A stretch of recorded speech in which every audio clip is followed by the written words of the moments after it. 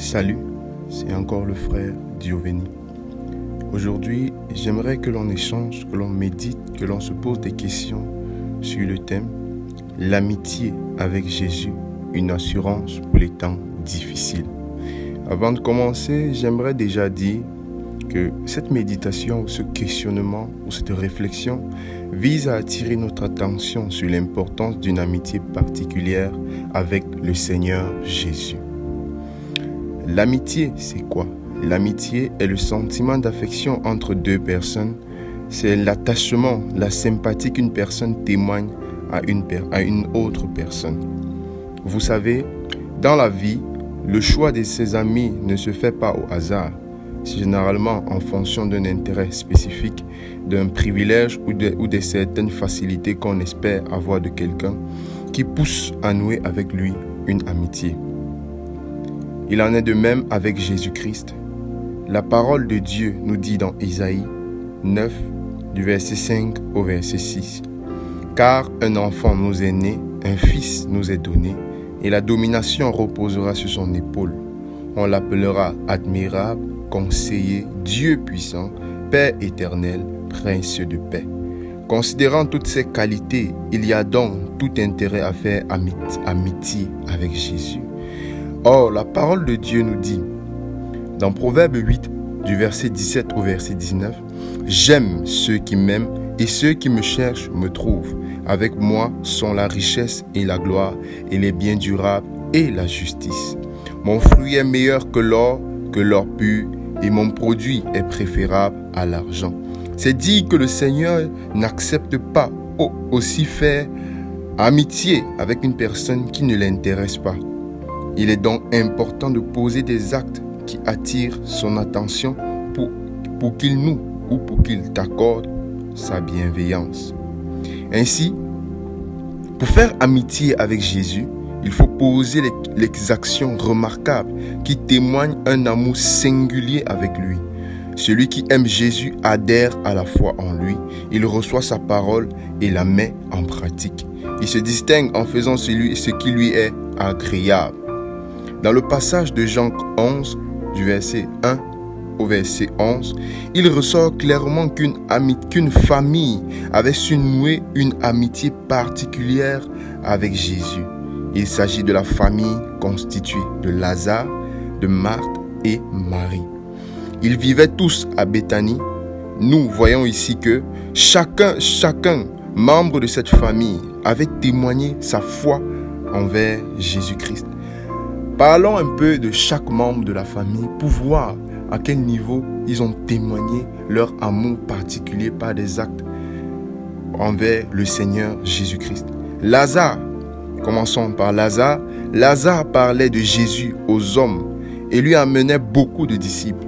Selon que la Bible nous dit dans Jean 12, du verset 10 au verset 11, les principaux sacrificateurs délibérèrent de faire mourir aussi Lazare parce que beaucoup de Juifs se retirèrent d'eux à cause de lui et croyaient en Jésus. Mais qui était avec Jésus quand il appela Lazare du sépulcre? Il est ressuscité des morts, et le ressuscita des morts lui rendait témoignage. Donc Lazare a été, après sa résurrection, un évangéliste. Et ce sont des actes comme cela qui ont marqué le fait que Jésus puisse appeler Lazare mon ami. Marthe, quant à elle, est celle qui avait reçu Jésus dans sa maison, dans Luc 10, du verset 38 au verset 42. Comme Jésus était en chemin avec ses disciples, il entra dans un village et une femme nommée Marthe le reçut dans sa maison. Elle avait une sœur nommée Marie qui s'étant assise aux pieds du Seigneur écoutait sa parole. Voilà l'acte que Marthe avait posé. Elle avait reçu le Seigneur Jésus chez elle, dans sa demeure. Elle avait honoré. Marie, quant à elle, est celle qui avait répandu le parfum sur la tête de Jésus. Dans Luc 7, du verset 36 au verset 38. Et voici une femme pécheresse qui se trouvait dans la ville, ayant su qu'il était à table dans la maison du pharisien, apporta un vase d'albâtre plein de parfums et se tint derrière aux pieds de Jésus. Elle pleurait et bientôt Elle lui mouilla les pieds de ses larmes, puis les essuya avec ses cheveux, les baisa et les oignit de parfum. Nous voyons à la fin de ce passage que Jésus a été marqué par l'action de cette femme. Il déclare à son sujet: « C'est pourquoi je te le dis, ses nombreux péchés ont été pardonnés, car elle a beaucoup aimé. Mais celui à qui on pardonne peu, aime peu. » Luc 7 au verset 47. Marie a marqué son histoire et a marqué son passage. C'est pour cette raison que quand le temps de la difficulté est arrivé, ils ont encore fait recours à Jésus, qui était leur ami, et Jésus est venu à leur aide. De même, une famille comme celle-ci peut aussi faire amitié avec Jésus. Comme toute personne individuellement peut faire amitié avec Jésus, en le servant, en attirant son attention par des actes de foi, de dévouement, de sainteté, de sanctification, d'amour. C'est également le cas de Dorcas, dans Acte 9 au verset 36. Ce sont ses œuvres qui témoignaient son attachement à Dieu, et Pierre est venu prier pour son relèvement lorsqu'elle était morte. L'amitié avec Jésus est une assurance pour les temps de la difficulté. Lorsque Jésus est notre ami, c'est lui qui se charge de nous lorsque nous sommes en difficulté. N'a-t-il pas dit: « Venez à moi, vous tous qui êtes fatigués et chargés, et je vous donnerai du repos » ? De la même manière, Jésus nous appelle à une amitié sincère et véritable avec lui. Il ne prendra pas n'importe qui pour son ami, mais ceux-là qui se sont démarqués par des actes comme Marie, comme Marthe, comme Lazare, comme Dorcas.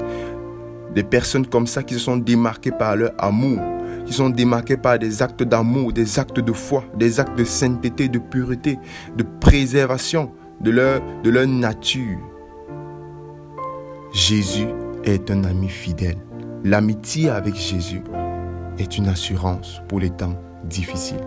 Alors, si tu n'as pas encore connu cette amitié avec le Seigneur Jésus, l'occasion s'offre encore à toi en cette matinée, en cette heure, de revenir vers ton Créateur, de revenir vers Jésus, afin que tu puisses avoir une amitié qui sera pour toi dans les temps difficiles, dans les temps de la faim, dans les temps de la famine, dans les temps de pleurs, de cris et de sécession.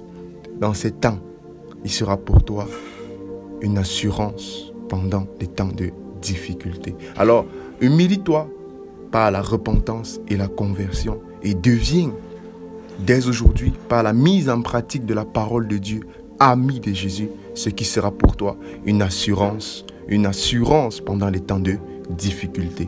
Que l'Éternel te bénisse par cette petite méditation au nom du Seigneur Jésus-Christ, notre Sauveur, notre berger fidèle. Amen.